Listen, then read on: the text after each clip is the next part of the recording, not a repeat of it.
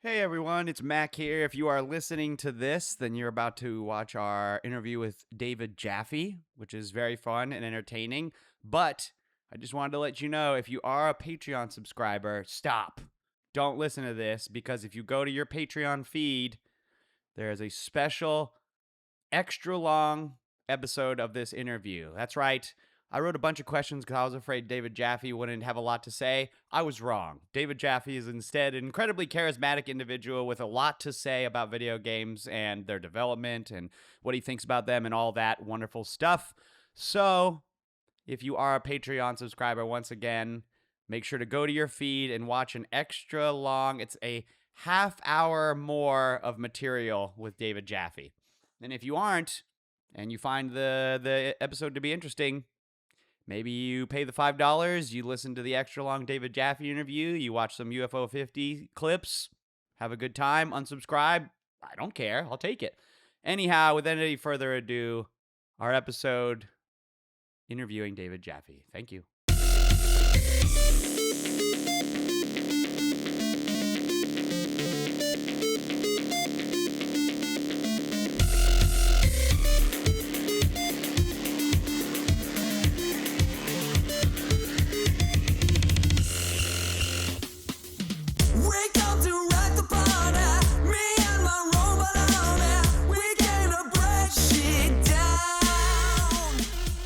Hello world, my name is Max Stein, and I love Aries!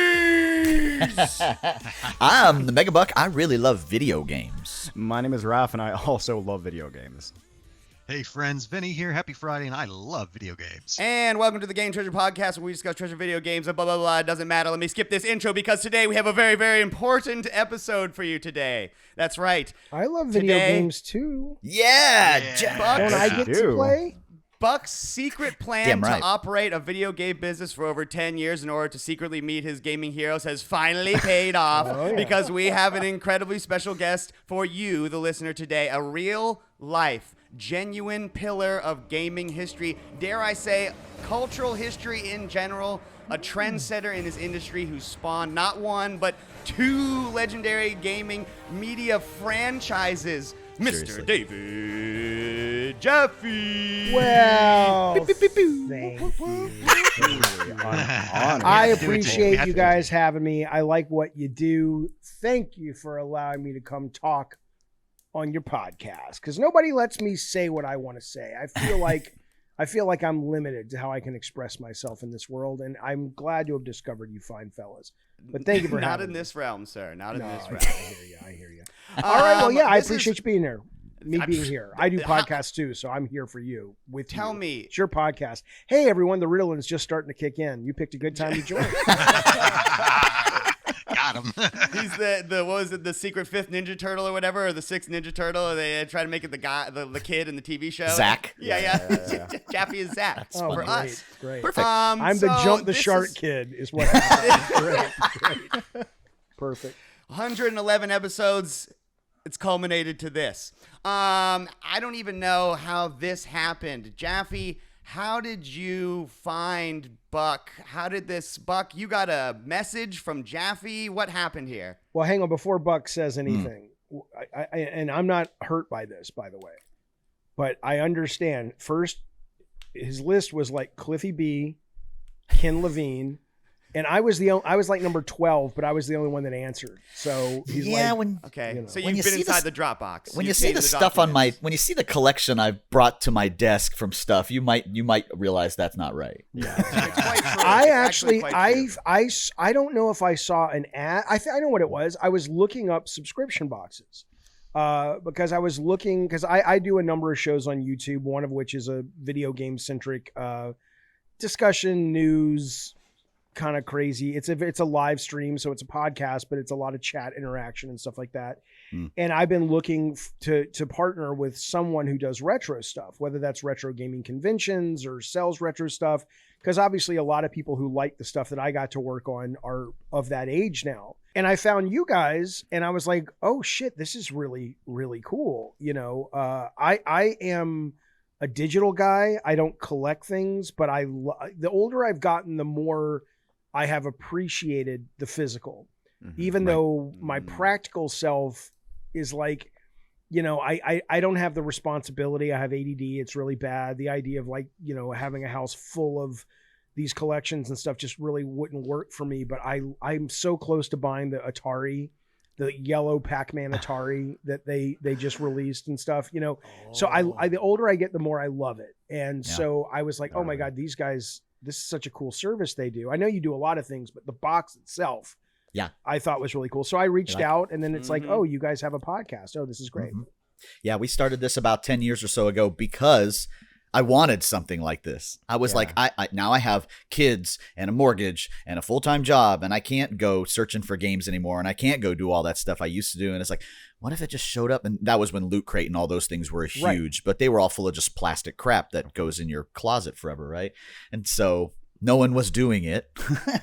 Came up with systems, everything else, and here we are. Imagine getting... Because what is retro for you guys at this point? What gets to be in that box? Like, what? We've been around for over 10 years, right? Yeah. So when we started, it was up into actually we did not even carry disc-based consoles when we started. We did strictly cartridge stuff. Oh wow. That was a little bit of retro, but a little bit of logistics stuff too internally. Okay. Then we added PS1, PS2, some of those, and so now we just now like this past year added the Wii U. The second Wii console. So last generation or two is more. I always tell these guys my frame of reference is if it yeah, exactly. If it came out while you were like in middle school or high school, well now you have like kids and a mortgage, so it's retro. Got it. Okay. So yeah, I mean, and how far back do you go? Do you ever put Atari 2600? Oh my God, yeah, absolutely. I told you he'd be an Atari guy.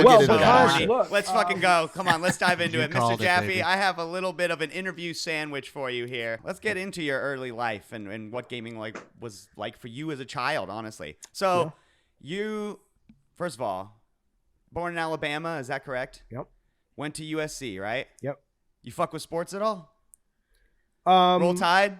Trojans? Go Auburn. Trojans? No. Well, War Eagle first off forever. War Eagle. How about that? Nice. Auburn. Okay. Right. Damn right. I mean, they suck. Jeffy, They're rubbish. What part of Alabama are you from? Let me ask. What part Birmingham, of Alabama? Mountain Brook. Birmingham. Okay. I'm up here in Northwest Florida. I'm here in Destin. You're a what?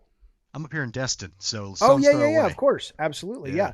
No, I wasn't into sports as a kid because back then, and I don't even know if it's changed or not, but back then, for sure, it was the geeks versus the jocks, right? Yeah, okay. And so same for me. Yeah, so sports were like, fuck sport, And I mean, I played Little League, and my dad was an Auburn guy, but, all the Auburn, Alabama game meant to me and my brother and friends was, oh, cool, the malls will be, and the arcades will be empty because everybody stays home to watch, Love it. But as I got in, the funny part about it is when I got into games and game design, I fell in love with college football, and I fell in love with going to see a baseball game because the game design is, I don't mean like I'm sitting there with a notebook going, oh, that's a very fascinating rule set at, on the 3rd yard line, but it really is, it's a well-designed game, obviously, right. And to watch it and strategize and all that. So I fuck with sports now a little bit, but only with, I would say,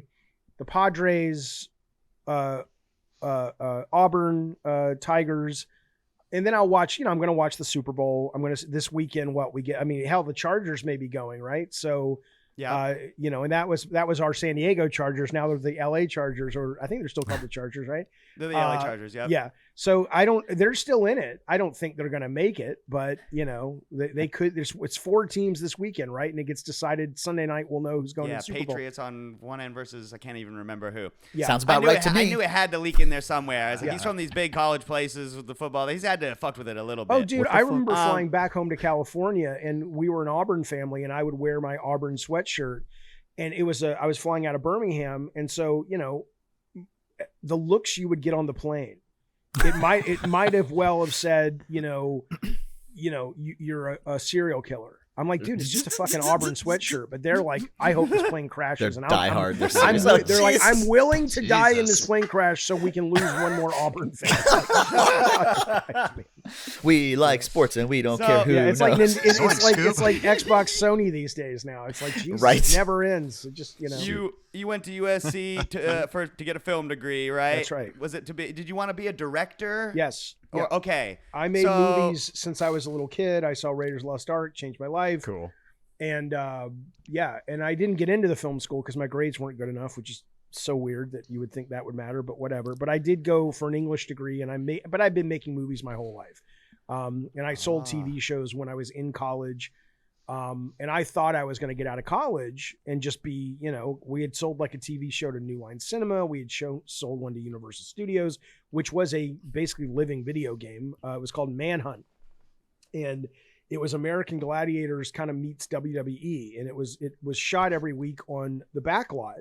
And you would have like 5 contests. It was like LARPing. It was basically like a reality show LARP. And like the pilot that I wrote was set in Nazi Germany, 1933. Whoa, that's so you played spies coming into Nazi Germany to rescue this agent who had gotten kidnapped. And it was going to be like physical challenges and this, that, and the other. And, it never went anywhere. But the coolest part was they said, yeah, you guys have carte blanche. You guys can just walk around the lot and get ideas. So we're walking. I don't know if you've ever been to the Universal tour, but, we're walking through the King Kong ride. We're walking through the city that gets flooded. The city in Mexico, they shoot Westerns in that just had all the flood waters come down. Wow. And it was really, really cool. But anyway, so I'm waiting for these shows to take off, and I didn't really have the knowledge to understand that, well, just because they buy your show doesn't mean it's going to make it to TV. But I thought I was going to be the next big deal, and I needed a job in the meantime, so I got into video games as a tester, and that took off, and the movie stuff didn't, and there you go. What are some of your favorite movies? I know you said Raiders of the Lost Ark. Yeah. Well, favorite movies? When you get older, the favorite question becomes very nuanced, right? Yeah. So So, what were your favorite movies when you were like, I'm gonna make movies? okay, You know so what I mean? Raiders, Clash of the Titans, Flash Gordon, Cool. Empire Strikes Back, Hell yeah. Back to the Yeah. Future. I was a very big Spielberg, Lucas, Zemeckis. And then I grew up with the slashers. I was there in the heyday of Freddy and Jason and Michael Hell Myers yeah. and all that shit. Yeah. So I love that stuff so much. And that was going to be, those were my inspirations.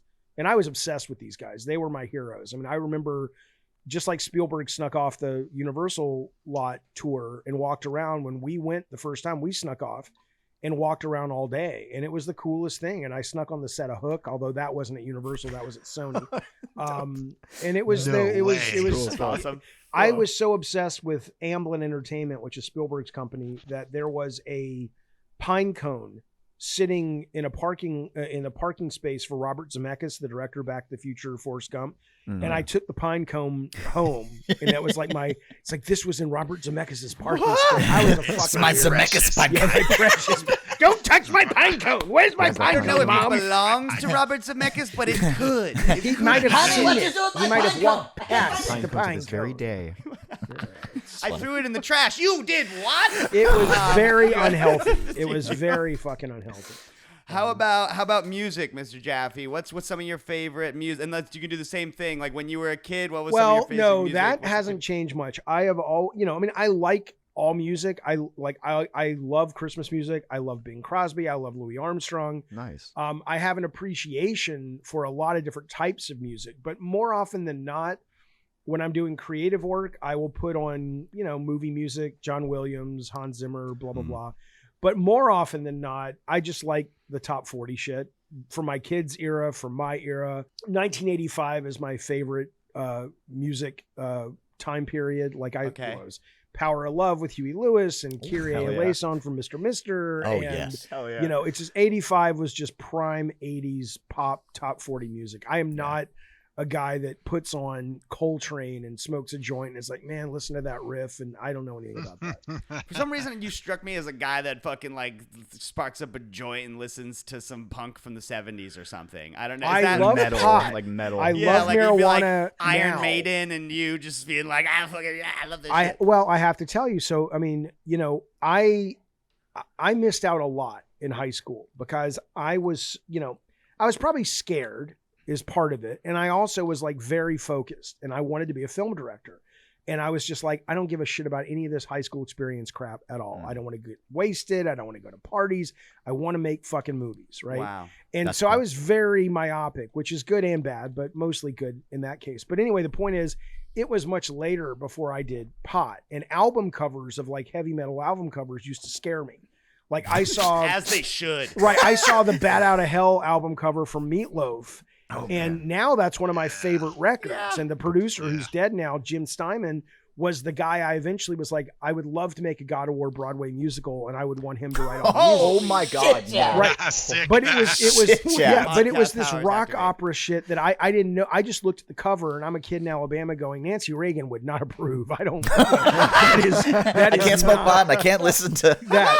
But now, my God, I just want to love- make movies, sir. Yes, I just love pot now, though. I'm not a pothead at all. I'm going to but- ask you a question about that later because, Yeah. boy, you should play some of your games. Hi, they're awesome. So, can you, Mr. Jaffe, I wish I would have made him high, but I can didn't. you I wasn't remember interested. the very first time you played a video game? Do you remember what game it was and where I you do. were, how old you were? I can't tell you the age, but it's relatively easy to find out. It was a game called Boot Hill, I believe, and it was so simple that the background was all painted in the arcade machine, and it was just very simple, not polys, pixels projected onto a glass screen. So the background was hand art, and I don't even think there was AI. It was just two players, and you were gunslingers. And me and my brother played this, I think, like in a pool house in Florida when we always went to like Destin, and we always went to Daytona. And there was a great hotel in Destin. I think it was called the Aegean. I don't know if it's still there. Probably isn't. Coincidence? Yeah, but think so. that was the first game, and and I loved it, and I was then the obviously Space Invaders. Like I'd never played Pong, like I never saw it. I think it was because it was in bars and stuff, but like Boot Hill and Shark Hunt and those very simple Shark Hunt. pixel games, and then Space Invaders comes out, and yeah, I mean I was an arcade. I mean, my God, man, I just, how much of that time was magic because of your age? I don't care, Yeah. right? Yeah, Because it's I not feel the value of deconstructing it. Maybe there's no value in it at all, but the memory of being a kid that was there at the beginning and being able to walk into arcades every week, it was so great. It was such a good yeah, feeling. and you It's you about know what it meant to you. yes, Yeah. that's right. And what was great about it was you didn't have you didn't have a lot of magazines. There was like one magazine, and it was even later called like Electronic Game. It wasn't EGM, it was like gaming, I don't know what it was called. but it Computer was gaming. Yeah. there was computer a- gaming yeah. or something.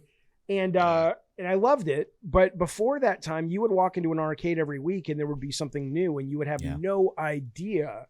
It wasn't like there was hype. It wasn't like there was like, oh, track and field is coming from Konami in a week. I can't wait. You just Joust. What the fuck is Joust? Joust is one of the best arcade games of all time. I adore that game. Amen. But that was in our Western supermarket, our grocery store, and I played the crap out of it. But I wasn't like, oh, can't wait for Joust to drop this week, boys. It was just Right. like Joust was next to Q*bert, was next to Dig Dug, and blah blah blah blah blah.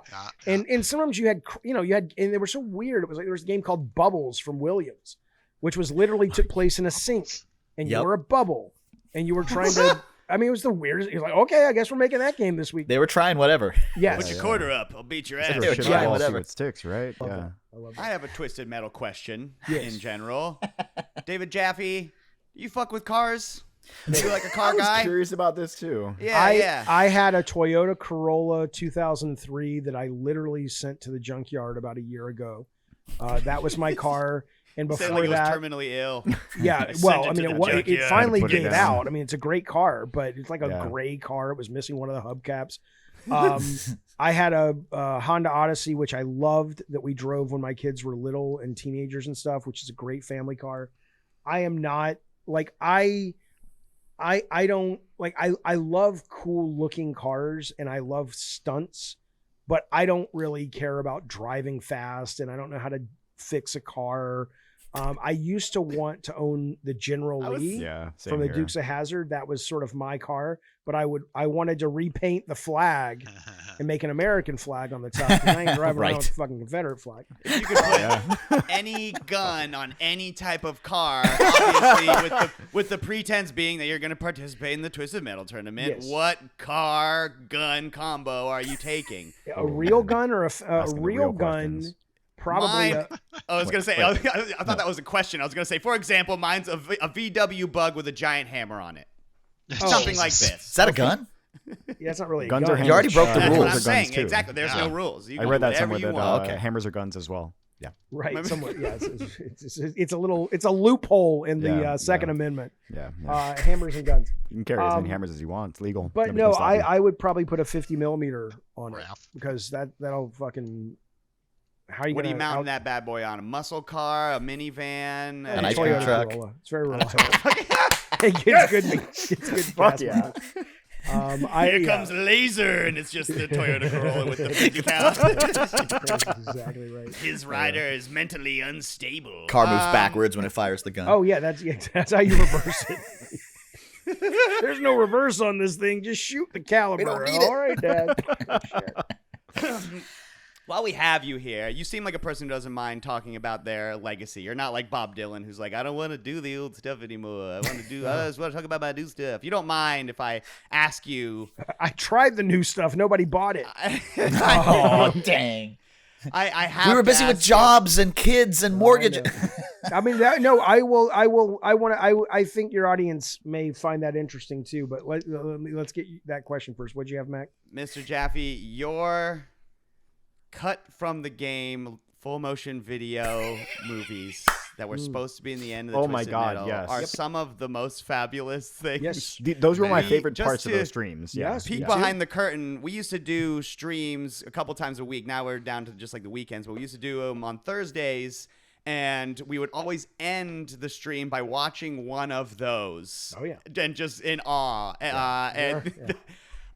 so It makes Doctor Who look like Dr. No, it's- Zhivago. I mean, my question about the ending things for the cut endings for Twisted Metal was going to be I have a film degree as well from school here. I'm something of a and- scientist myself. And I Fucking great. have been on things where you make something and people go, that looks like that was so much fun. And then you go, that was the fucking most hellish thing I've ever done in my Oh. life. Was it a fun shoot or because the makeup on Calypso alone is like, I look at it and I'm like, oh, dear God in heaven. Like, Yeah. So okay. I wanted to be a filmmaker, but I didn't want to make films. Right. yeah, because they're fucking annoying to make. They're It's hard to make. Yes. I don't have the brain for it. It's but I Love loved the lifestyle that I thought filmmaking would give me. That's really Right. what I was after, right? Right. You're really a and I storyteller loved guy. and I loved movies. I loved movies, but I didn't want to Yeah. make them, And the Twisted Metal movies though I was directing them, I wrote them. And Okay. I didn't even do a second draft. I was writing some of those Fuck yes, stories like dude. the night before we shot them. Can I Love it. highlight? Because I don't know when the last time you watched them were. I I watched them recently with my stream. Just We gonna watched- Oh, recap that's some magical. of my favorite ones. Fucking That's love it. The one where Thumper just like gets the mobster, but then he doesn't kill him, and he just like instead like actually. I'm not going to choose violence. And he walks away, and then Calypso's like, that's anticlimactic. Yeah. And then he shoots the mobster. Yeah. And you have that That excellent guy was one of the delivery. game's testers. The guy's the name mobs- Bruce is actually the driver of the car. Was the tester of Twisted Metal. The guy who's the mobster, you don't have to do this. You don't No, have to you do don't this. have to do this. Oh, you don't have to do You this. don't have to do this.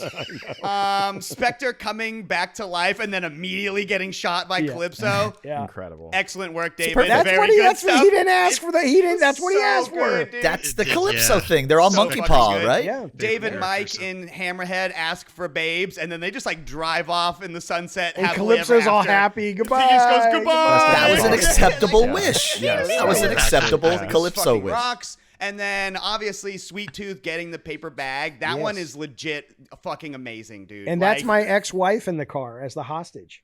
The guy, you guys are crazy. Yeah. I'm taking this car. I'm getting out of here, or whatever she said.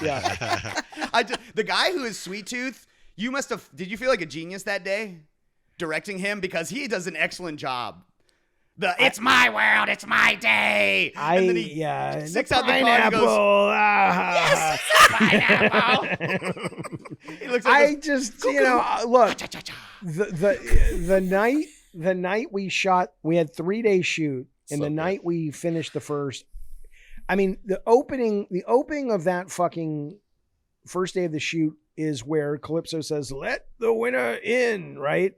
And these giant doors part. And what's weird is this is Calypso, who's basically the devil, who's all powerful. Yeah. And for some reason, I got the idea, you know where his throne should be? In a parking garage. Like I could have put him in a mansion. I could have put him on a floating asteroid in space. In hell somewhere. Yeah, right. He's in a parking garage. And it wasn't like a real parking garage. And we had that set. We built a fake parking garage. It was conscious. That's one of those like beautiful accidents that like Bob Ross is always mentioning, because we actually love that, because it's like he's the devil. Why would he be in a garage? He's like, because it's fucking twisted metal. Because it's a car. Cars go in garages. There's cars in the game. See earlier, art. Earlier you mentioned something about comic books, but you sort of get those movie endings in Twisted Metal 2 when you get your way and you get those comic book kick-ass full metal. So like, did you ever at that point where you're like, maybe I could do comic books? No. So so we made these movies. I was going to say I wanted to quit the first night. I went out to Denny's with my brother, who was one of the producers, and my best friend from Alabama, who, why not? You're another producer.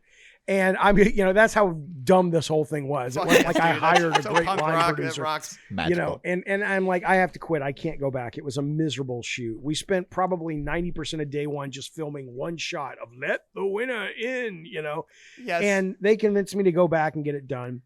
And so ultimately, though, what ended up happening is we finished the movies and they didn't want to put them in the game. And for the longest time, I heard that it was because the Mormons, of which we were working with a lot of them, because Single Track was in Utah, were offended by them. And I'm sure that was true.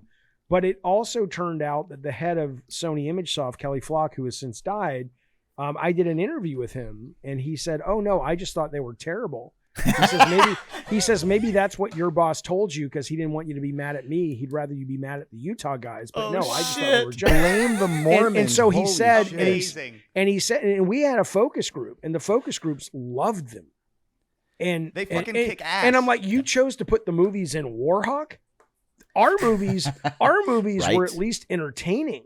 Right. They're dumb. They're horrible. They weren't meant to be dumb. I'm not saying I did it on purpose. Anybody who tries to make a bad movie, like a schlocky bad movie that you watch when you're high, usually fails. Exactly. Right. It's fun because your talent is way lower than your desire. That's when it feels fun. like the Crypt Keeper, like those shows from the 80s, those like those little Tales from the Crypt, John Sear, these kinds of things, all those like ones that would have like mini episodes inside of them. They're perfect. Oh yeah, Tales from the Dark Side, the final Friday the 13th show. Yeah, but so we ended up. He felt bad because in the year since it shipped, people would say to him all the time, "Those movies were great. Why did you cut them? They were terrible, but they really fit the product." And so I was stunned when he said, "Okay, you can try again for Twisted Metal 2." I'm like, "Really? You're gonna let me do this again? Okay." And Jeff Goldsmith, who is the guy who now it's easy to do, but back then it was a very expensive process to take this 2D art by Lee Wilson, layer it up, make effects. I mean, every shot was expensive to do. But between Jeff coming on with that great editing and that great presentation, I actually focused on the stories more. I spent more than 5 minutes on each story. Yeah. And then we had the beautiful Lee Wilson artwork, who did a lot of this concept work. Those actually ended up being really good. And the funniest part is now they are. Peacock has greenlit season 3 of Twisted Metal, the TV series. And the funniest part is like so many of the things that were just throwaway, like I need a line. What is this place called? It's Watkins Tower, because my kid was going to preschool with a kid named Watkins, and they're in the goddamn show now. These names and these this lore, the kids Yeah, call it. that I'm like, you it came wasn't up no with. fucking lore, motherfucker. Yeah, Yeah. that's where it comes from. it You look was at those just- movies you loved as a kid, and you're like, that's probably the same case with them too. It was like, Right. yeah, Yeah, Steven We Spielberg's needed like, it's the something, Crypt of yeah. Doom because, I don't know, this says Doom on it, I guess. Right. Somebody was playing no. Doom in the Lamp background. Call Monster. it the Yeah, right, Temple of Doom. exactly. I don't know. Can we go to dinner now? Can I get my? But I could totally see you, like, being a writer at Image because obviously you're Oh, excellent we were big at world Image guys. building. Yeah. You know, you're excellent at, like, are you into comics at all? Do you have a favorite comic writer? Do you have a favorite comic series? I love comic books. I've loved them since I was a wee lad. I am a proud subscriber to Marvel Unlimited and the DC, whatever their version is. Nice. I don't buy them as much because, you know, I don't really want to drive to a fucking comic store. And Same. we have, it's just a pain in the ass. You know, it's like, could you fucking sell them in other places? But whatever. But no, I still have about 5 long boxes in the closet of the comics that I love the most. I love Spider-Man. I love Doctor Strange. I love Marvel and DC. I love the new Absolute Batman is great. Absolute Wonder Woman is great. Absolute Superman is great. And yeah, we were very influenced on Twisted Metal with Image and Spawn and some of the other ones. Ghost Rider obviously is an influence. It wasn't a conscious thing. We were more influenced on Sweet Tooth by the Green Goblin on the front of the semi truck in Maximum Overdrive. Maximum which was a Overdrive, film- the Oh, coke wow. fueled, Yeah. freaking Stephen King directed. Stephen King movie, Yeah. magical. Because we were sitting around the table coming up with cars for Twisted Metal, and it was very much like, we want to make this like a fighting game. That sounds like a cool fucking like meeting. It was. And Yes. every car we was like, okay, this is the car you pick, like Dark Side, if you like picking Zangief or whatever, if you like the big, Sure. bulky, you know, kind of tanky kind of character, you know. And so we started thinking, but how do we make these more like characters? And I or Mike had mentioned Maximum Overdrive, I don't remember, but that literally has a goblin face on the grill. And it was like, that's the best. Let's do that, but we can't rip that off. And then it's like, oh, an ice cream truck. Oh, that would have a head, you know. So it's amazing how that stuff Turned just into an kind of- icon. Yeah, and it wasn't the Oh, intent at all. But thank God, marketing recognized it as, let's make that a recurring feature on the box art, and you know, They did that. So- they definitely. That beats so They much ass. they definitely did that quite Man, quite a bit. that's all they. Game box art. He is the prominent He's visual on- on every he's on single all of them. brand, which makes sense. I mean, it worked, right? When you can anthropomorphize, yeah, there you go. Oh, my- He has my Um, copy of Twisted Metal Black. I don't know. I said you hadn't watched the show yet, but completely separate of all of this, you know, a month before you reached out to me, we do these console carousel episodes where we talk about our favorite games on all the different consoles. That's right, Yeah. And we waited till our 100th episode to do the PS2 because it's the PS2, right? It's like the Mac Daddy of all of them. And I went to look back. I'm like, no, I ain't no poser. I am almost positive. And sure enough, my number one game was Twisted Metal Black on the PS2. It's like, because it was a masterpiece. It was wonderful. I don't think it's as good of a game as Twisted Metal 2012 or as good of a game as TM2, but I think the world 2 is great building, also. the narrative Yes. is the best Twisted Metal we've ever done. Yep. For sure. But, and that's what I was going to say though about eras, right? Like, you know, the games I made after God of War were never as successful. And for me, I don't, you know, a lot of people, I think, and I get it, because when I was a kid obsessing over directors, I would look at directors like, I'm trying to think of his name, John Milius or something, that for a moment there, he shined very bright as a person who made beloved movies, but also big hits. And then he just kind of never achieved that again. And when I hadn't lived that, I was like, that must be terrible. You must have been, you know, or like a pop star now, like Katy Perry, who was huge and now she can't get arrested. It's like, that must be the worst thing in the world. But when you actually live through something like that, which is what I would say my video game career, like I burned really big and bright in the PS2 era, right? I didn't have to consciously try. I was connected to the zeitgeist. Especially Twisted Metal Black, followed up by God of War. God This of 1-2 War. punch. I You would were like on to talk fire, about God dude. of War. You were on fire, dude. And it was Yeah. never me sitting Forget down about it. going, what do they want? It was me sitting down going, I want to do this. And obviously I would make adjustments based on playtest and when it was confusing course. or when it wasn't fun. But so and that was my whole career up until God of War. And so what I learned from that was, oh, I guess if I just do a lot of focus tests to make sure the product is good, whatever I want to make will work.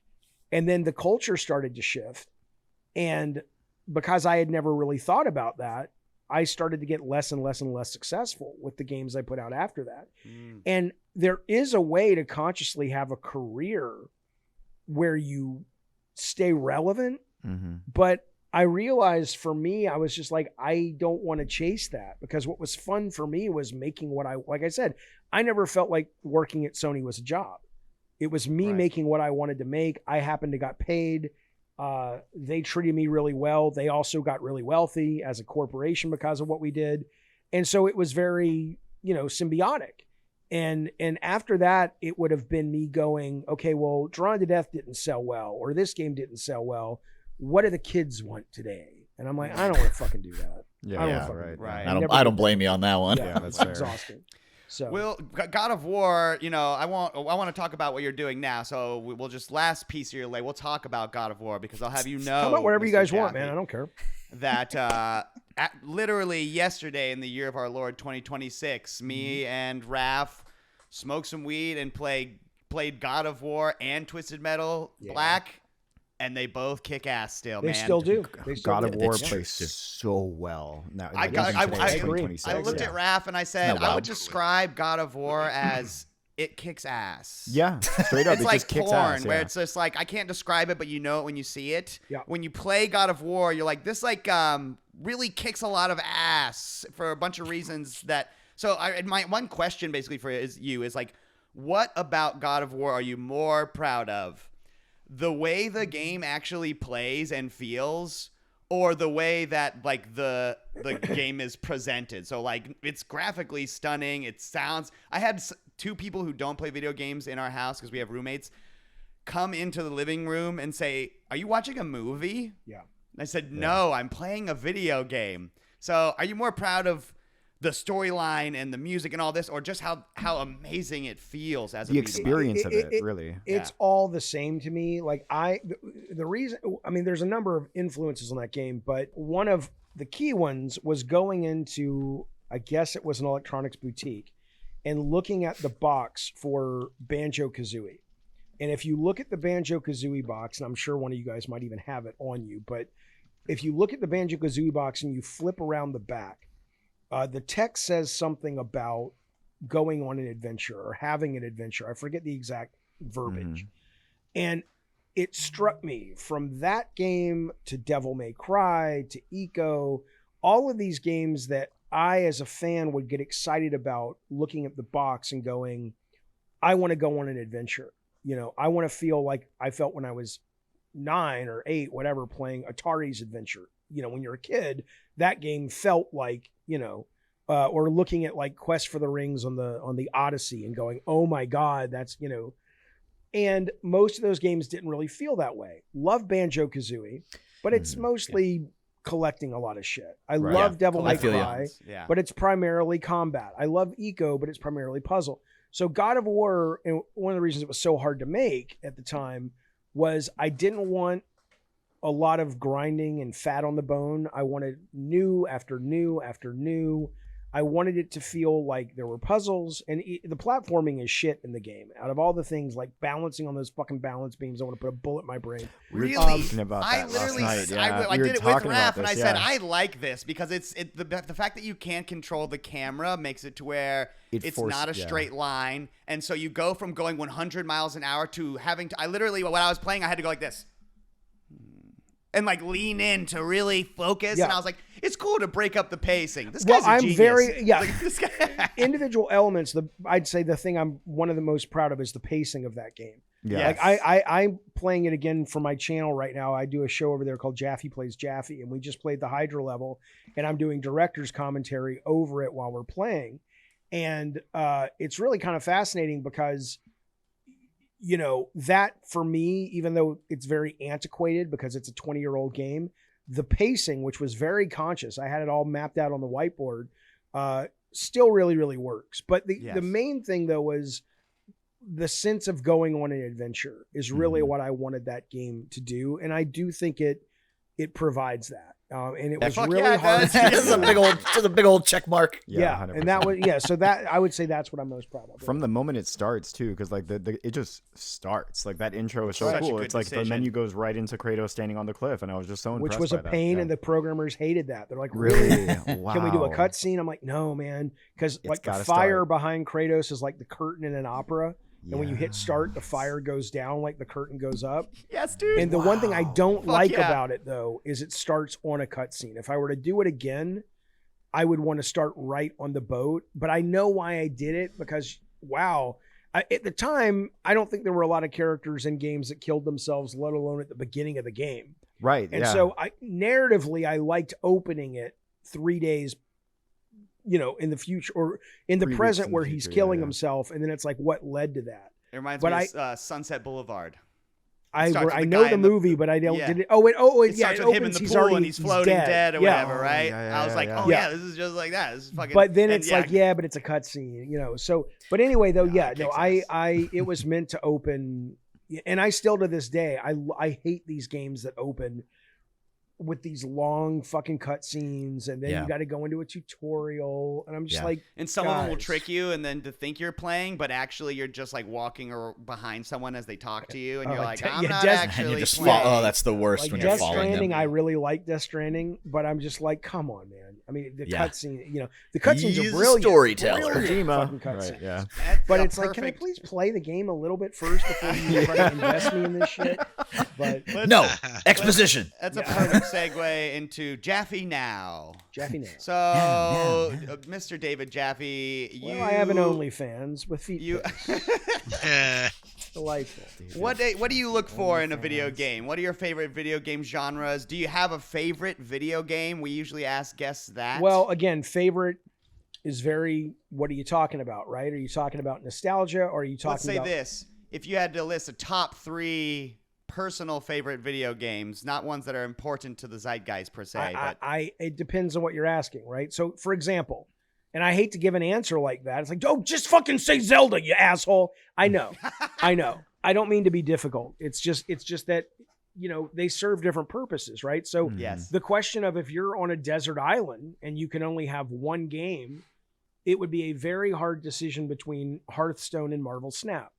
Right, because those games, like Hearthstone. Hell yeah, dude! I love Hearthstone, and it was I call them lunch games, but it's the greatest lunch game of all time. Yeah. Because you can play it with one hand, and I don't mean like a porn thing, but you can sit there and you can eat your lunch. It's kind of like a porn thing, yeah.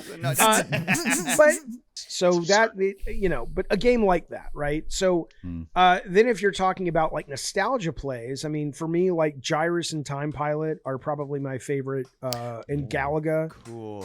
Still hold up as games. What I'll say though is, for me, I do like games that send you into adventures, but I want to play those adventures. I'm not looking to watch somebody have an adventure. I can do that on a movie better. So do you fuck with Elden Ring, David Jaffe? Oh, that's my favorite game of all time. Let's fucking go. Woo! Okay, quick question. Have you played Night Rain? No, I don't want to. I heard it's too hard. It's a different... Yes, it's a different kind of hard. Okay, I had this feeling. It's a different kind of hard. I'm playing God of War, and I literally wrote my notes. I don't think FromSoft and those games that they make exist without God of War. Like in a universe where God of War does not happen, you don't get Demon Souls. That's possible. Yeah. I couldn't say. I've never met Miyazaki, but I love. Let me just. I don't mean to interrupt you. Please put a pin in it if you don't mind. It's your show, but this is how much I love Miyazaki. He is my favorite game director. I adore Elden Ring. Gonna be another question. Yeah. Bloodborne though. Bloodborne is my favorite IP from them, and one of my favorite IPs of all time. I don't know if I like it better than Elden Ring. I love the remake of Demon Souls on PS5, but this book, oh my God, I'm going to go back and replay, because here's the thing. Speaking of retro shit. Yes. I miss, and I know you guys probably do too, game manuals and Oh, yes. Oh, I have God, to show you yes. something. We This talk is about how that you a would lot. like This is- our show. This is how much of a collector. Yeah, I think This we- is how much yeah. of a collector I am. If you could see my floor, it's on the floor next to a bunch of peanut shells and vanilla wafers. I don't take care of anything. It's a but- Lone Star's diner in there or whatever. What's the one where you can throw the shells on the ground? Oh, yeah. Texas Roadhouse. Texas Texas Roadhouse. Roadhouse in there. This is the cleric manual from Ultima 3 or 4. No, shut up. Hell yes. Within reach. I love it. Right. Oh my Google God. gobble, And what's Google great about gobble. this is I remember being in junior high when this came out, and I finished my science final, and I brought this to school with me, and I couldn't wait to get home, and fucking just because I would pour over this fucking shit. Well, now that we no longer have game catalogs that ship with the game, we no longer have manuals. What I love about some of the things like this amazing Bloodborne book, is I finished Bloodborne barely because my stream helped me, because it was the first From game I played. Okay. And I'm like, what the fuck is this? How am I supposed to understand any of this? But now I bought this just beautiful fucking, it's just a gorgeous book. It's not just maps and stuff, but it goes into some lore and Hell yeah. how all the systems work. It's just Fucking That's beautiful. gorgeous. I have one for Elden Ring, but I like this one more. Yeah. I'm going to go through Bloodborne and play it again this time, but with the book, like a manual. Like if I was a kid and I had this manual, I would fucking lose my shit, dude. Just did an entire episode basically about the history of video Game- games. Strategy guides. Oh, Strategy yeah. guides. Strategy Yeah. guides, yeah. Man, We I'm dove so into glad that you said that. Yeah, That- from so cool, It's so man. awesome. Dark Souls It's is just my funny, favorite 'cause- game of all time. Because it's funny you haven't dove into the Night Rain either, because though I'm a Souls fan, I wasn't excited about that game at all. I don't like Most of these multiplayer. guys were. See, I do when it's with people I like to play Okay. with in certain scenarios, but I'm not a shooter guy. I'm not an online shooter guy. I don't like any of that kind of stuff. I played too much of it when I was younger, and it's all the same again now. That game, when Night Rain came out, it sunk its teeth into me, and it became like, this is probably how these kids feel about playing like Fortnite and stuff. It just ticks some boxes that they enjoy. It's the world building, the medieval fantasy. It's a Souls game, so it's hard, but it's hard in its pacing, not as hard in it's a different kind of hard. It's than an Elden Ring if that makes speedrun sense. simulator, really. That's what it feels Kind of, like. sort of. Right. Yeah. And what I'll say about I'm not a that- great gamer. Well, I know you can play Night Rain without friends, but what I love about those games, like they feel like adventures to me, Really? right? Yeah, Especially yes. Elden Ring. Yeah. And when you're Right. playing with your friends in a game like that, it's fun in a different way. Like I do Yep. love shooters. I play the shit out of Call of Duty. I play Fortnite with my kids. I don't have a problem with those things. But when I'm playing a game that I'm supposed to be lost in the adventure, and I'm like, oh look, Stan's here. Oh, you got to go take a shit, Stan. And it's like, oh, is your wife still being a pain in the ass, Stan? And then we Wife aggro. And then Wife we- aggro. Stan is having a rough night. David. Hold on, I'll be right back. Yeah, and then we approach the castle, and it's supposed to be this moment, right? And I'm like, we're talking about Stan's bowel movements. It kind of, I can't really enjoy that. It's a different experience. It's a different yeah. experience. But It's Call not of meant to Duty, be the when you're same just kind of shooting thing. people in the face, fucking who cares? That makes so much sense to me. I love it. But I'm with I you was- guys. I mean, From, dude, they are top of the fucking food chain. Absolutely. The way they tell stories with their environment is what made me think of you. Like in I said, God of War, 'cause Dark I was like, Souls- this is just fucking, Yeah. oh, man. And then the action combat, obviously, is God of Yeah. War, yada, yada. In Elden Ring, did you ever, I'm sure you did, when you climb to the top of that tree and then you go into that chamber and there's just that dead king sitting in a throne way across the way, like hanging from the ceiling. And I'm like, I don't even know what the fuck that is, but you This know is there's cool. a narrative But I love there. it. Right. Yeah, Yeah, it's yeah, like something, somebody's figured out what that is, but I don't know. I got Savati Buck video Elden Ring for somewhere. Christmas because he loves Night Rain, and I'm just waiting for him because I'm like, you don't understand, dude. It's But I fucking played Demon amazing. Souls. Yeah, I yeah. played Dark Souls. I played This Dark is Souls better, 2. I mean, this I've is played a better bunch. than all of them. Yeah, I'm Oh, currently yeah, I in the understand. middle of my first full playthrough of Elden Ring, and I'm having an absolute fucking blast. Before we, we're officially into the random questions ending of the interview. Normally our episodes are about an hour long. I wanted to, David Jaffe, you seem to be a nerd. Are you familiar with the Warhammer 40K universe? I am, but not in any meaningful way. I mean, I played Space Marine 2 a little bit. I know what it is, but it was a big thing in England. And Oh, yeah. Oh, Still yeah, is. 'cause that's where they're here- I from. think it's where it comes from. Yeah. yeah, over Yeah, it here is. it's I'm aware of it. I've played Bolt Gun. I like it, but Gun's it's great. never really gotten its hooks in me. And I know, from what I understand, there was trouble with Twisted Metal coming out in the UK. Oh yeah. The Warhammer is a UK thing. There's a game that I wanted to suggest to you called Warhammer 40K Speed Freaks. Played it. Okay. All right, there we go. Yeah. What did you think? Don't like it. Our opinion was like it's the closest to Twisted Metal we can get. I don't know. The problem with it is, to me, right, is in a lot of games do this on PC. There's a game called Crossfire. There's a game called Drivers of the Apocalypse, which is really, really good. There's a game called Fumes. And I get why they do this, right? Which is they make most of the shooting 360 with the mouse or the right stick. And they put you in these big open environments because they know you're going to be looking around and targeting. So they're not going to put you in city streets with ramps and driving through shopping malls because you could be banging into the wall all the time. But they don't feel like cars anymore, right? It just feels like a turret on wheels. Yeah, And because it's so- 40K, it is a little bit of that, yeah. Yeah. And so, listen, Car Combat, Sony was doing a Twisted Metal and they canceled it. And the guy who was designing it keeps promising he's going to tell me about it, but he hasn't yet. Oh, I think he's waiting to land really recently? Yeah. They were doing it like maybe 2 years ago and it was canceled. Wow. I think he's waiting to maybe land a job, and then when he knows he's safe, then he can spill the beans or something. I don't fucking know. But the point is, though, is I definitely still believe there is a future for Car Combat, but you can't do it at that level. Like, I think the Twisted Metal IP is very strong. I hope they do something with the IP. But the idea of let's make a $60, $70 Twisted Metal game today, I think is dumb. I have a question for this that's right up this alley. I heard you once in an interview say that it is hard to make new Twisted Metal games because there are so many different reasons why people like Twisted Metal. Some people like it for the story. Some people like it for the multiplayer. Some people want it to be kind of more racy. Some people like everything, but they want you to stick to the IP on blah, blah, blah, blah, blah, blah. Yeah. But David Jaffe, in a world where you had unlimited money and you were not beholden to anybody, what is the Twisted Metal that you make? So, like, in other words, like, what is your favorite part about Twisted Metal? Which part of it would you want to? Okay, so I have always said, people say make a new Twisted or make a new Car Combat game. Just do your own IP that's not Twisted Metal because you don't own that.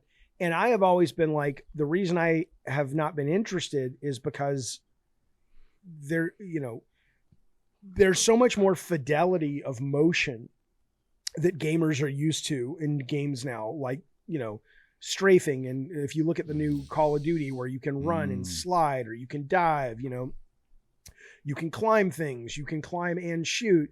And then you get limited to a car, and it's like, it's cool conceptually, but you can do more stuff and you're used to more shooting ability.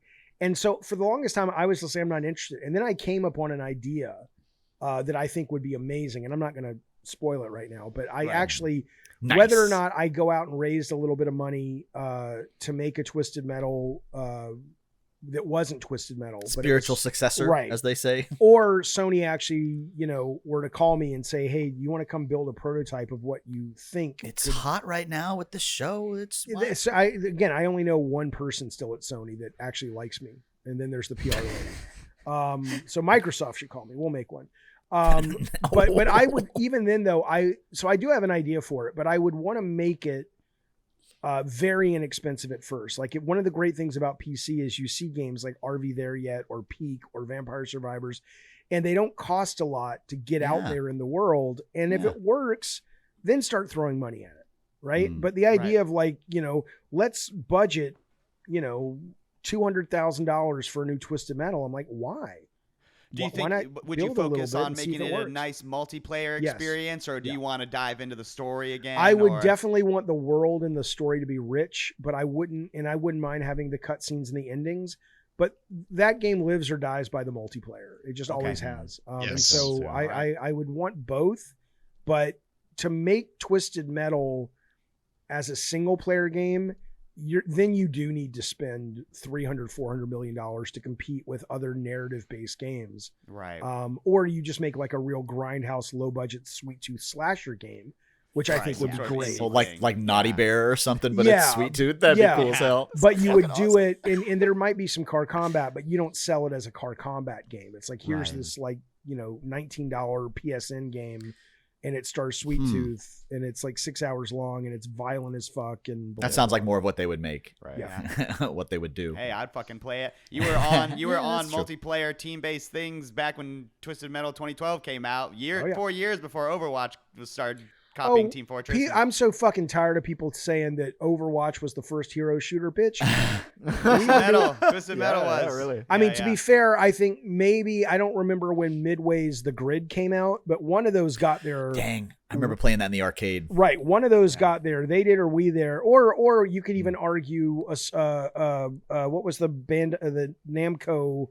It was a PS1 launch title. Assault Rigs. Assault Rigs. Yep, I own a copy. Assault Rigs. No, it was the one in the arcade where you could sleds. Which one? The sleds. Cyber sleds. Cyber sled. Yeah, cyber sleds. Yeah. Yeah, that was probably Nice maybe that was the first hero shooter, but it ain't Overwatch, motherfucker. It's very interesting. Hey, you're right. But it's true when you talk about like that one as a hero shooter until you just said that. It makes perfect sense. When you talk about the characters in Twisted Metal being like Street Fighter characters, it totally fucking makes sense. It's a totally complete analog to it. God, like, I never would have thought about that. Grasshopper is like Chun-Li or something small Mortal and Kombat, fast. Doom, and Mario Kart Battle Mode and Rock and Roll Racing are all those four are sort of the DNA of Twisted Metal. Rock and Roll Racing. Cool, man. So listen, that's all I had for you, Mr. Jaffe. This episode is going long. I don't know how everyone is on time. They're fine. If you want to hang out with us, normally, like I said, we end every episode with a segment we called "What Else You Got." You have to do what else you got. I'm about to say, and then we can pass it to you, and you can let us you can talk about your channel, because I'm interested in what you're doing with that. All right, yo. Oh yeah. Okay. But I want to play What Else You Got too, but you guys start. Okay. Okay. Yes, All right, we're gonna. let's do it. We'll take a quick break. Just kidding. Here we are at our What Else You Got. I love it. I will go first, as I always do. The section of our show where we can bring anything to the table, be it video game or otherwise. This week I had David Jaffe on my podcast. That was pretty fucking cool. A lot of work going into that. Smelled funny, but it was okay. But you had a cool hat. I don't know what happened to the hat. It's the next only to the game I've peanut really droppings been playing on the floor with everything else. Vanilla wafer. Is this vanilla wafers crumbs on my hat? I've been sticking to my New Year's resolution. I have been playing Disco Elysium. I've seen David Jaffe, have you played Disco Elysium? I own it. I haven't played it. I hear it's a lot of reading. It is I was just heavy. about to say, Well, I think it it's a is. little It is all slow voice for you. acted. I think It is all voice acted and very well. Magnificently Yeah. Very well. I hear it's So- brilliant. I hear it's brilliant. I made a New Year's resolution to beat that game. I have a cartoon, like a character that I play on the show called the Video Games Art Snob. And he has demanded that I beat that game because I hear it's such a beautiful work of art. I beat it. It was wonderful. I'm on day 2, and I have twice had moments where the game has broken and I have lost like an hour of progress. Once where I was like, I went to go to bed and I was like, I went to go talk to Kim. Go to bed. Yes, yeah. I went to go talk to Kim like right before bedtime, and he went to bed in the middle of our conversation, and I just got stuck on a dialogue box, and I was just like, "Oh, Are you when playing was the on last PC? time? What are you playing it on? I was playing it on Xbox because I had it on PC, but I was like, I need this on a TV so I'm not so sleepy when I play it because there's so much fucking reading. Wow. But man, so I was like, okay, that sucked. Got back on, played it some more, and then I got to a point like maybe last week where I got into the vacant building where the fridge is in the basement. Yes. And I was just rolling, and I got to like the furnace, and I kicked it. Like one of the options was like kick the furnace. It wasn't a skill check. There was nothing telling me that anything bad could potentially happen. I kicked it, and my guy had a heart attack and died. And I was like, what the fuck? And I lost like an hour and a half. You can't save it wherever you want to save it? It's one of the, you have to go to the menu and hit save game. And it was like, it doesn't have an auto save. save. Keep going. I'm listening. Yeah, that's basically, I got absolutely, I was like, man, 2 times, huh? Are you sure about 2 times? And I got to come back. And like, that is one of those games where if you lose an hour, of stuff. You're like, I don't even you made remember choices what and I stuff, did, right? dude. Yeah, like I A had lot to of pass choices. skill checks That and sounds make horrible. decisions. Like, Yeah, that's no fun. I was like, oh, I made a promise to beat this game, and this is fucking putting such a boner into that desire to do that, man. So yeah, that's where I last left off on that game. But Yeah. I will say it is an amazing game. Everyone that says that, it's true. Once you finish the first day and you get all the politics in one, like I had gone the whole day only understanding one half of the politics of what was happening, and the last person I talked to was the other side, and I was like, this is like The Wire. Like, this is awesome. This is incredibly good. But yeah, that is my what else you got for this week. Trying to play Disco Elysium. And are you going to go back? Burnt. I have to, Mr. It's part of the Jaffe. resolution, I made a promise to the podcast. We have resolutions that we do every year. have all year. And we never meet them. And I have to do this one this year. Mine last year was to play a bunch of FMV games because I own like 20 FMV games on You Steam. did, man. You followed through on did that pretty one like good. a champ. Are you talking old ones, or because there's a resurgence He's of that? talking like Yes, Sega both. CD era. Well, Sega well, CD era. but there were both on there because you're right. There's that Wales Interactive company that plays. I don't know if you've played. I would recommend Dead Reset. You would like this, I think. Mr. Dead Jaffe. Reset is if Alien jumping out. Oh, keep going. Sorry. I was gonna say it's if Alien met. It's a Groundhog Day. Yeah. You played it? Yep. That Wonderful. game was very fun. Played it on Wonderful stream. game. It was really, really Groundhog good. Day game. I enjoyed There's it. that one asshole at the beginning though who was just a dick the whole fucking time. Yeah. I think he was like the black security guard guy, the bald black guy, and I'm just like, dude, what is your problem? I think I swung him around to my side. I forget. But you are right. That company, there's money being spent on these fucking FMV games. I own including a lot of like, their have you games. played the one where you're the guy living with all the Asian girls? Which one? Isle Tide Hotel. What? Excuse me? I have a couple I've bought and haven't played yet, like Isle Tide Hotel and some others that I think they did. I don't know if I played that one. Buck, hit us with what else you got this week? As you guys know, I made that extremely dangerous. I bought a record player again.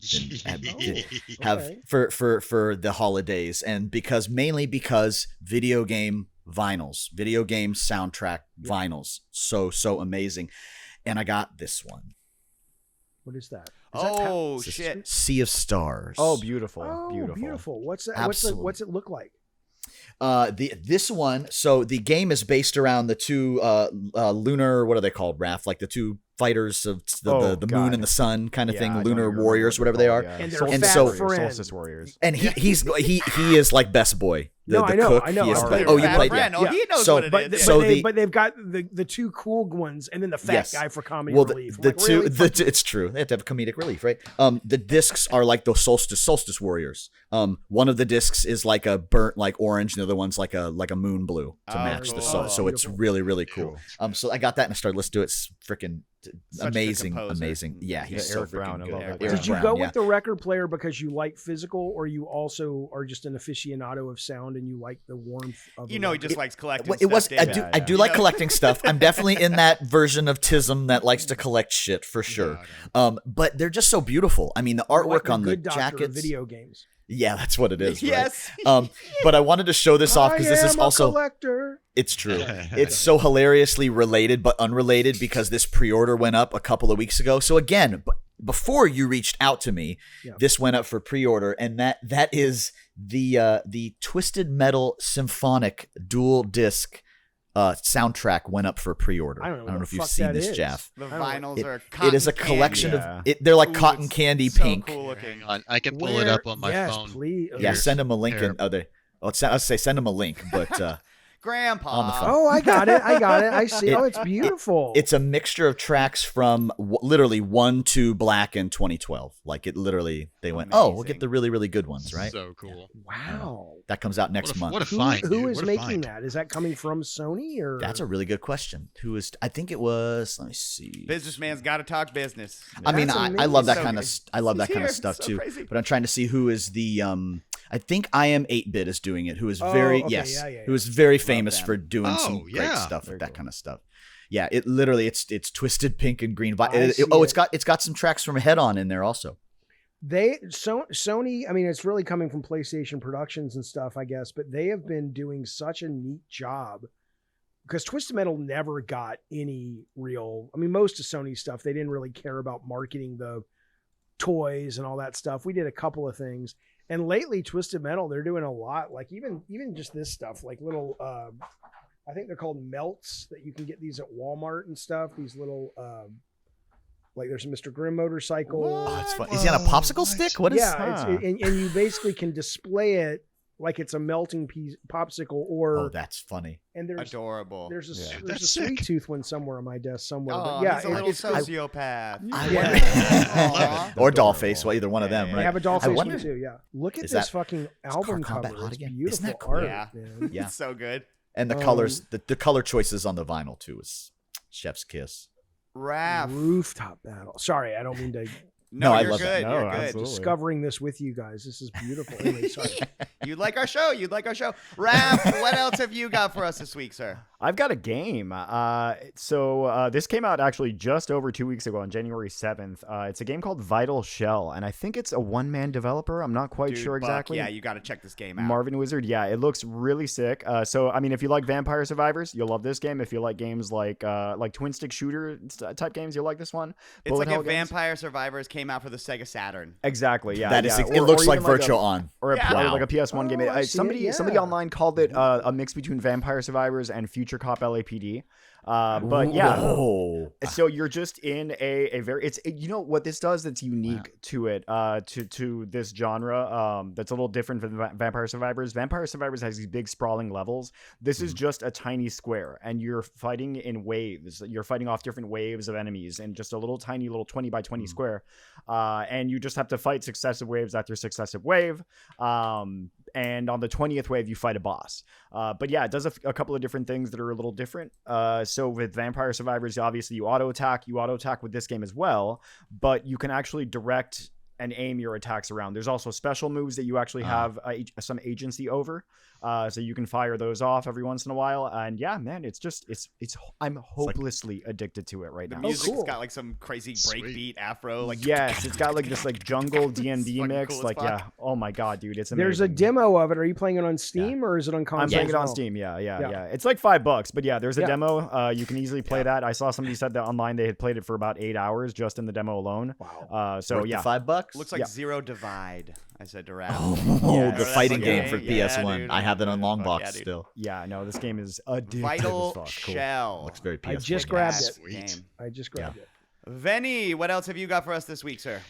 Oh man, a couple things. Started playing Quarantine Zone last week after we talked about it on the show. nice. That's Yes. fun. It is really fun. I'm digging it a lot, and it was really cool seeing the Dead by Daylight characters coming through, getting to send Jake to the pen, and then They just torch him. gave me a gun, and now I'm deathly afraid I'm going to go to take someone's temperature and accidentally shoot them. Yeah, Because right. he holds the thermometer like this. Yes. Let me take your fucking temperature. You did Yeah, that on exactly. purpose. But really, my big what else you got is 2 balls in a bag. Right here. Those That are was so those funny. are pinballs. No, my Harry Potter pinball machine arrived, which is freaking just wow. This thing is impressive as I all told get you. out. I told you. Yeah. And Holy the funny smokes. thing was, out of the box, it wasn't working correctly. It was shooting 3 balls into the shooter lane. It was like, what's going on? It's shooting 3 balls. You're not supposed to play 3 balls. You're supposed to play 1. You get multi-balls later. So I called Jersey Jack Pinball, and they're like real, they're really cool about it. They'll troubleshoot with you on the phone and stuff. And the guy's like, do this, and it says load 6 balls into the machine when you get it, right? It comes in a little bag with 6 pinballs. So take all the balls out of the machine. I'm like, okay, I got all 6. And he's like, do it again. I'm like, there's a 7th ball. And he's like, do it again. I'm like, there's an 8th ball, but I only had 6. What the fuck? And he goes, they forgot to take the 2 test Test ones balls out. out when Yeah. they shipped it to you. He was. I was like, wow. I thought you were That's- gonna say, yeah. It turns out all the Harry Potter machines are magic. Yeah, Because right. it's magic. It just makes It's, It's all, making it's all balls. magic. We make balls funny. inside the machine. Customer It's Is a one of them Check gold and check has behind feathers your on ear. it? Yeah, that's a snitch. Yeah, there you got a There's snitch. a ball What's behind your ear. this? There's a ball behind your nutsack. Check that one. No, but had Great had game. my cousin and her kids over last night. We all Cool. played it, and it was amazing. And yeah, let's see. And now he has 3. That's the And real. now I have 3 The machines. real. I have 6 or 7 pinball Jaffe, machines do in you my fuck with arcade. pinball at all? I love pinball. I don't own a pinball machine, but I love. You would. These The guys are only fucking arcade game I ever pinheads. bought was like Tempest, which I got when I was a kid, and it yeah. was one of those rad. Vector things, and it burnt out within like 2 months, and I'm like, Right. fuck it. So The monitors go bad in those. Yeah, I've been a collector for like Yeah. 25 plus years. The Yeah. Ninja Turtles that I have had since high school. I've owned it for Oh, okay. almost 30 years. Oh, I bought it held on- up. That I held bought it up on, like, nice. Oh yeah, I've had to change the boards and other things. You make friends in the community. Florida, we're lucky to have a pretty good group, but You really do. But no, pinball is great. And as I've gotten older, I've when I first came to pinball, it was like, it's casual. And then you really start to learn, holy shit, there's a lot of design in these boards. they are If you really kinetic look board at it. games now. That's what we Especially refer to now. them on. Yeah. I mean, yeah, they're especially really. now. Like my father had one when we were growing up. It was Gorgar. It was the first talking pinball machine. Sorry, you And- made that up, but go on. Yeah. Gorgar. Yeah, It was fucking Gore. Giggly. It sounds unreal. Greta the Goblin. And then I saw Gorgar again at Free Play Florida once. which Gorgar was again? wild. Yeah. Sorry, Gorgar go again. on. It's part 2, I'm Electric stupid. Boogaloo. Still Gorgon. Yeah. But no, I've had the pinball bug since I was a kid, and then it kind of fell off. And then when I started hanging out with Buck, I was like, My bad. I remember how much I like pinball. My So when we finally built our dream home up here in the Panhandle, I got a Guns N' Roses, which was my Nice. favorite, and then they announced Dungeons and Dragons, and I That said, well, one's fuck. amazing. We both fuck own me. one. We both immediately bought a D&D one. Buck has one. I've got a Yeah. Buck has a Pro. I've got a premium. Neither of us have the LE, but man, Right. what a machine! And then said, I have room for one more, and I know I don't know what it's gonna be, but I have room for one more. And then they announced that. it's Harry Potter. I'm like, fuck. Oh, that's Yeah. the new one. Okay, Okay. that's Okay. the one. Just came out. It's There's a brand- rumor right now that one of the manufacturers is making Goonies next, and I know I'm screwed if that happens. Wow. Oh, yeah. Wow. I'm screwed if that happens. $50 Pinches bill. apparel. I just watched it And yesterday. you don't do the tilt, you do the truffle shuffle to tilt. it and Oh stuff. yes, Yeah. I would love that. They have Get someone these on the things have phone. cameras on them now. They have Yeah. cameras on these machines. Yeah, Oh, So yeah, you're- you do gotta it, do and then it they to put get an it- extra ball. Yeah, and The then you new- can watch other Do people's it, truffle mouth. shuffle. First you gotta- The new Oh my God, Spooky yeah. by Spooky Pinball is a Beetlejuice, and it has sound activated on it. You actually have to say at some point Beetlejuice, Beetlejuice, Sick. Beetlejuice. Oh, God, that's that cool. rocks. That's very, very Damn, cool. that is I still my. like my favorite's the Indiana Jones one with the gun. It's got to have the ball, right? Tell me it's That's a all good rolling one. Yeah. Well, they made right? two, but the older one is much better. Than I the- never saw a new one. They made one. They with made like, one where they added Crystal Skull in there also, where they have. I never saw that one. It's either. not a very good game. It was when Drunk Stern was in a bastards. weird point and they were almost out of business, and then they got lucky and got that license. It's not good. Oh, The okay. one you're talking about is the good one. Yeah. Mr. Jaffe, what else have you got for us? What I have you mean, been up to lately? I consume a lot. So if I were to pick, I don't know, man. I mean, I'm playing Hightail a lot right now, and I was never a big Minecraft guy. How is that? It's great. I mean, Yeah, we so haven't Hightail, if you don't know, is a game that was being done by Riot Games, and they canceled it. Oh, And really? they were working with the two guys that had one of the biggest private Minecraft servers. And my kid played Minecraft. I played with him, but I was never a big Minecraft guy.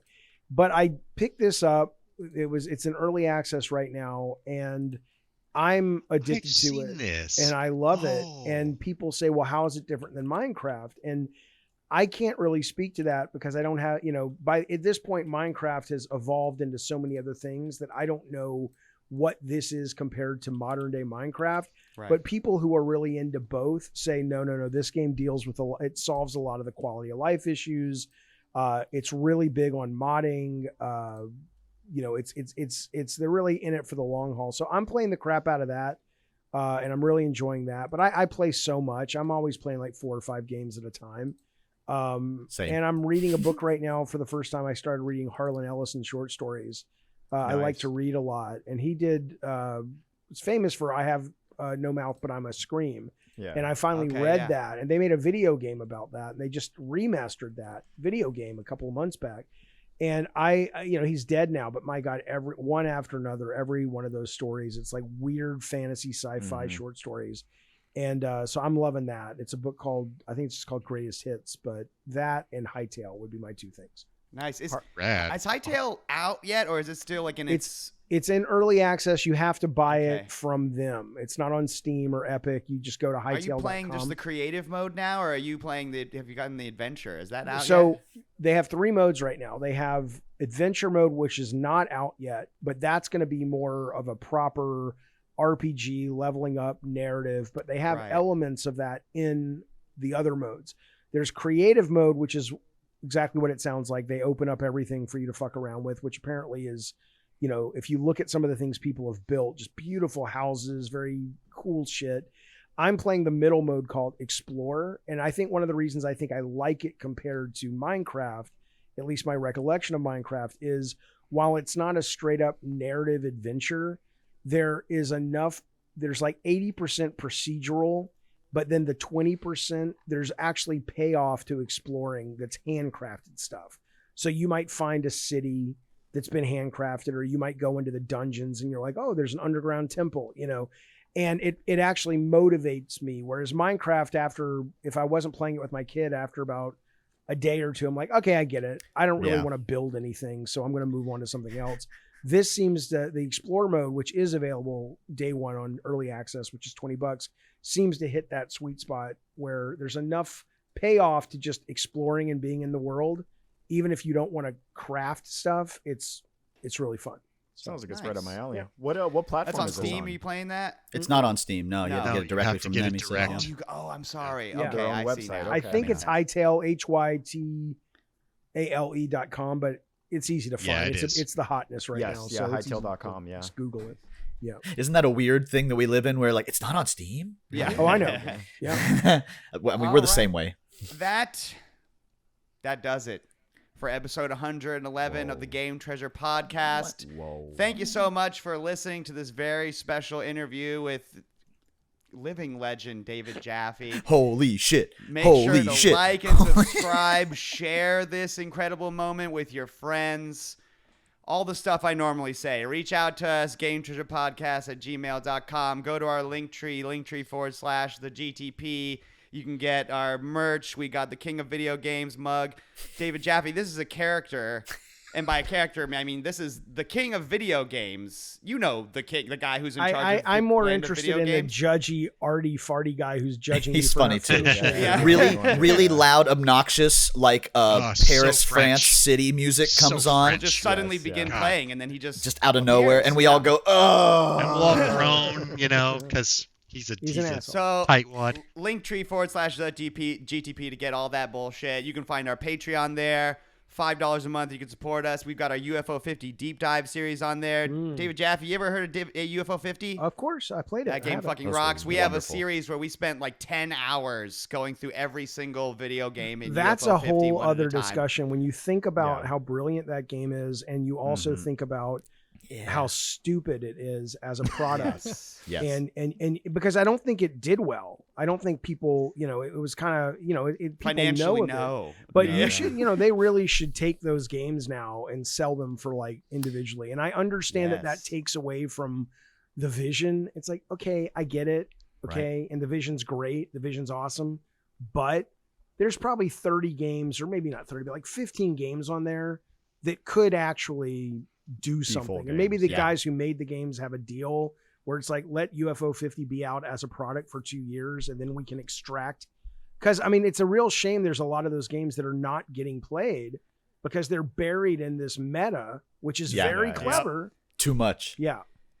You would love our show, David Jaffe. I'll plug you before I plug. I don't think I will. Good day. I said good day. Where can people find you on the internet, Mr. David Jaffe? Everywhere, Thank you. unfortunately. I'm so close to wanting to kill my Twitter account. It's so toxic over there. It's funny you found us on there because we have like 130,000 followers on Facebook, and you found us on Twitter where we have like nothing. Yeah. Well, I think I found your website first, and Gotcha. then because, you know, but, you know, Twitter's hard to get rid of because I have a lot of followers over there, but I just hate being there. It's so miserable. Most social don't media is blame like you. that. Yeah. You definitely But have you can a YouTube find me. channel, I right? have a channel. Oh, hey, you've got the hat for sale on your Twitter. Look at that. Hell yeah. Yeah. Well, there's the link to it, but Fair. but I have a show. I have a YouTube channel that I'm very active on. It's called David Jaffe Games, and I do a couple shows. One is called Gabbin' and Games, which is basically a live call-in show talking about video games, usually what's in the news that day about games, but it's kind of any and everything, game design and this, that, and the other. I have a show over there called the Jaffe Stream, which allows me to rant on my very leftist political take on things. And then I also put a lot of videos up that are standalone. I was very surprised to find that people debate over if Kratos is black or white. That was so weird. I saw that too. It's like, he's Greek. What the fuck is wrong with you people? I just put that video up. There's a video up of like 5 things Twisted Metal fans don't know about Twisted Metal we put up recently, you know. Cool. So I have some standalone stuff, but it's basically Gabbing and Games in the Jaffe Stream over there. And then you can find me on Twitter, David Scott Jaffe. And I'm trying to get more active on Blue Sky and Threads, though, because they just seem like nicer places to be. Yeah, absolutely. But I'm easy to find. I'm all over the place. Go now to YouTube, search David Jaffe. You'll see his channel at the very tippy top. David, Mr. Jaffe, if you ever need people to play video games with, you know, we'll teach you how to play Night Rain. I'm just saying. I got to worry about that guy who's shitting all the time with his wife, though, with that game. I don't want to play that. Oh, it's Dave the shitter. And, of course, last but not least, we got to thank RetroGameTreasure.com. Owned and operated by the Megabuck himself. Retro Game Treasure is a subscription service that takes the hassle out of collecting retro video games. No more hunting, no more searching your tiny town for the one video game store that actually still carries retro video games, but then you get there and they have a very shitty selection, and then most of them are so scratched up that they don't even function. Instead, ouch, you can just go to RetroGameTreasure.com and become a subscriber. You tell Buck what video game consoles you collect video games for and what genres of video games you like. Platformer, RPG, car combat game. And then at the end of the month, Buck hand packs a crate of games specifically tailored to your taste that you may add to your collection in perpetuity. So go now, start collecting video games. He'll come to your house and play them with you. I added that part. Hopefully that'll work. But it's okay because you can unplug the Sega controller and he won't even notice. Also true. Start collecting retro games the easy way today with RetroGameTreasure.com. David, Mr. Jaffe, the way that we finish our episodes is that I say, my name is Max Stein and I love the Game Treasure podcast. It's so bad, which like is a reference to the movie The Wizard. Right. And then these guys attempt to, in unison, there's a rhythm to it, say, it's so bad. There's no retakes. If you'd like to join in. I'm going Twisted Metal. I'm not your dancing monkey, so I'll just first draft energy here. Thank you so much for being here, Mr. Jaffe. Thank you it for was having seriously me. a pleasure. This was incredible. Until next week, my name is Max Stein, and I love the Game Treasure podcast. It's so bad. It's so bad.